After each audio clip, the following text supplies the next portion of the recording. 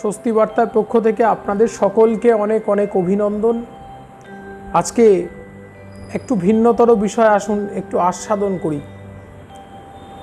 এখন প্রতিদিন জীবনের নানা সমস্যা নিয়ে আলোচনা হচ্ছে, আপনারা বলছেন, আমরা চলছি।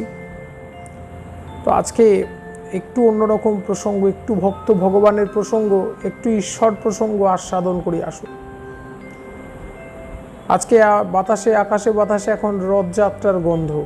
বাংলার 12 মাসে 13 পার্বণের অন্যতম একটা পার্বণ। তা ধর্মীয় ভেদাভেদ খুঁজবেন না, আমি ওগুলো একদম বুঝি না। ভক্তের কখনো জাত হয় না। তো আচ্ছা, আজকে আসুন যে ওই মহাপ্রভু জগন্নাথের একটা প্রসঙ্গ আমরা আলোচনায় আসি, কিভাবে তিনি এলেন পুরী ধামে। সহজ কথায়, অল্প কথায় আমরা আজকে আসুন শুনব সকলে মিলে। দাপর যুগের শেষ, কুরুক্ষেত্র যুদ্ধ পর্যন্ত সবাই জানেন। কুরুক্ষেত্র যুদ্ধের পর আরও 35টা বছর কেটে গেছে। তখন আপনারা সকলে জানেন শ্রীকৃষ্ণ 120 বছর জীবিত ছিলেন। শ্রীকৃষ্ণের জীবনের শেষ শব্দ, গান্ধারীর অভিশাপ, এগুলো আছে। জরাব্যাধ তীর নিক্ষেপ করলো, গাছের ফাঁক দিয়ে দেখলো একটা হরিণ, রক্তাভ হরিণ, তীর নিক্ষেপ করলো, কিন্তু কাছে গিয়ে দেখলো হায় হায় হায়, ওই বিষাক্ত তীর গিয়ে ফুটেছে ভগবান শ্রীকৃষ্ণের পায়ের তলায়। জরাব্যাধের নিক্ষেপ করা তীরে শ্রীকৃষ্ণের দেহান্ত হল।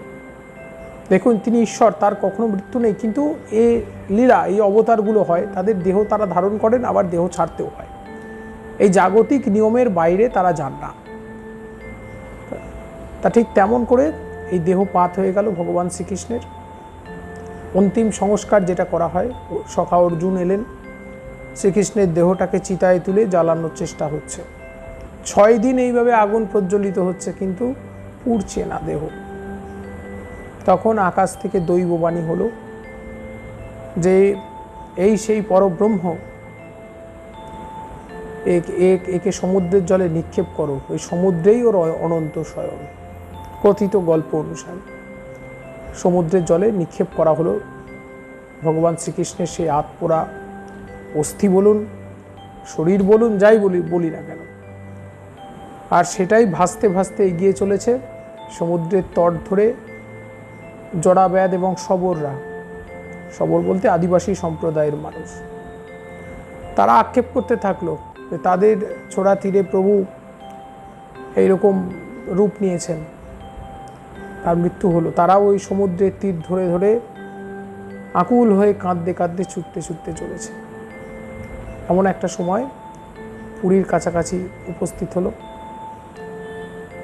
তখন ওই শবরদের তিনি স্বপ্নাদেশ দিলেন, বললেন এবার আমায় জল থেকে তুলে নে, আমি তোদের হাতেই পুজো নেব।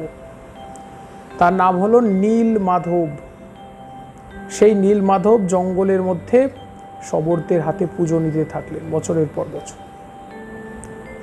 জঙ্গলের মধ্যে বনের ফুল, বনের ফল, এই দিয়েই তার পুজো চলছিল। এরপর বহু বছর কাটতে থাকে। আমাদের ধর্মীয় যুগের হিসেবে কলিযুগ। কলিযুগে রাজা ইন্দ্রদ্যুম্ন একটা মন্দির প্রতিষ্ঠা করবেন ঠিক করলেন, বিষ্ণু মন্দির। কিন্তু উপযুক্ত বিগ্রহ, বিষ্ণু বিগ্রহ কি হবে? তখন তিনি সন্ধান পেলেন নীল মাধবের। নীল মাধবকে পাবেন কোথায়? লোক লস্কর সকলকে পাঠিয়ে দিলেন, যাও খোঁজ করো নীল মাধবের খোঁজ কোথায় পাবে। সবাই ফিরে এলো, একজন শুধু ফিরল না, তার নাম বিদ্যাপতি, এক ব্রাহ্মণ, তার রাজসভার বিশেষ সদস্য। সে ফিরল না। সে গিয়ে ওই শবরদের মাঝখানে পড়ল গিয়ে, এবং শবর রাজ বিশ্ব বসুর কন্যা ললিতা, তার সঙ্গে তার একটা প্রণয়ের সম্পর্ক হলো। পরবর্তীতে সেই প্রণয় বিয়েতে এগোলো, খুব ভালো। বিয়ের পর বিদ্যাপতি দেখে যে তার শ্বশুর মশাই বিশ্ব বসু, সর্দার শবরদের, রোজ সকালবেলা কোথায় একটা অদৃশ্য হয়ে যান। তো জানতে চাইলেন তার স্ত্রীর কাছে যে তোমার বাবা রোজ সকালে কোথায় যান? বলছেন তিনি নীল মাধবের পুজো করতে যান। বিশ্ব বসুর কাছে বললেন আমি নীল মাধবকে দর্শন করতে চাই। বললেন হবে না, একদম হবে না। বললেন তোমাকে নিয়ে যেতে পারি একটা শর্তে, তোমার চোখ বাঁধা থাকবে। চোখ বেঁধে নিয়ে গেলেন। আর বিদ্যাপতি বুদ্ধি করে এক মুঠো তিলের বীজ হাতে করে নিয়ে গেলেন। যখন যাচ্ছেন চোখ বাঁধা অবস্থায় ফেলতে ফেলতে ফেলতে ফেলতে গেলেন। পরবর্তীতে কি হলো? পরবর্তীতে বিদ্যাপতি যেই গিয়ে সেখানে দেখলেন যে সেই বন্য উপাচারে প্রভুর পুজো হচ্ছে, তখন উপর থেকে দৈব বাণী হলো। বিশ্ব বসু সেই সবররাজকে বললেন, এতদিন তোমার হাতে বনের ফলমূল নিয়ে পুজো নিয়েছি, এবার আমি রাজ উপাচারে পূজা গ্রহণ করব মন্দিরে বসে। বিশ্ব বসু বিদ্যাপতিকে বন্দি করলেন প্রথমে, পরে ছেড়েও দিলেন মেয়ের কথা ভেবে। রাজার কাছে খবর গেল ঈশ্বরের আদেশ। রাজা লোক লস্কর নিয়ে এলেন নীলমাধবকে নেওয়ার জন্য সেই চিহ্নিত পথে।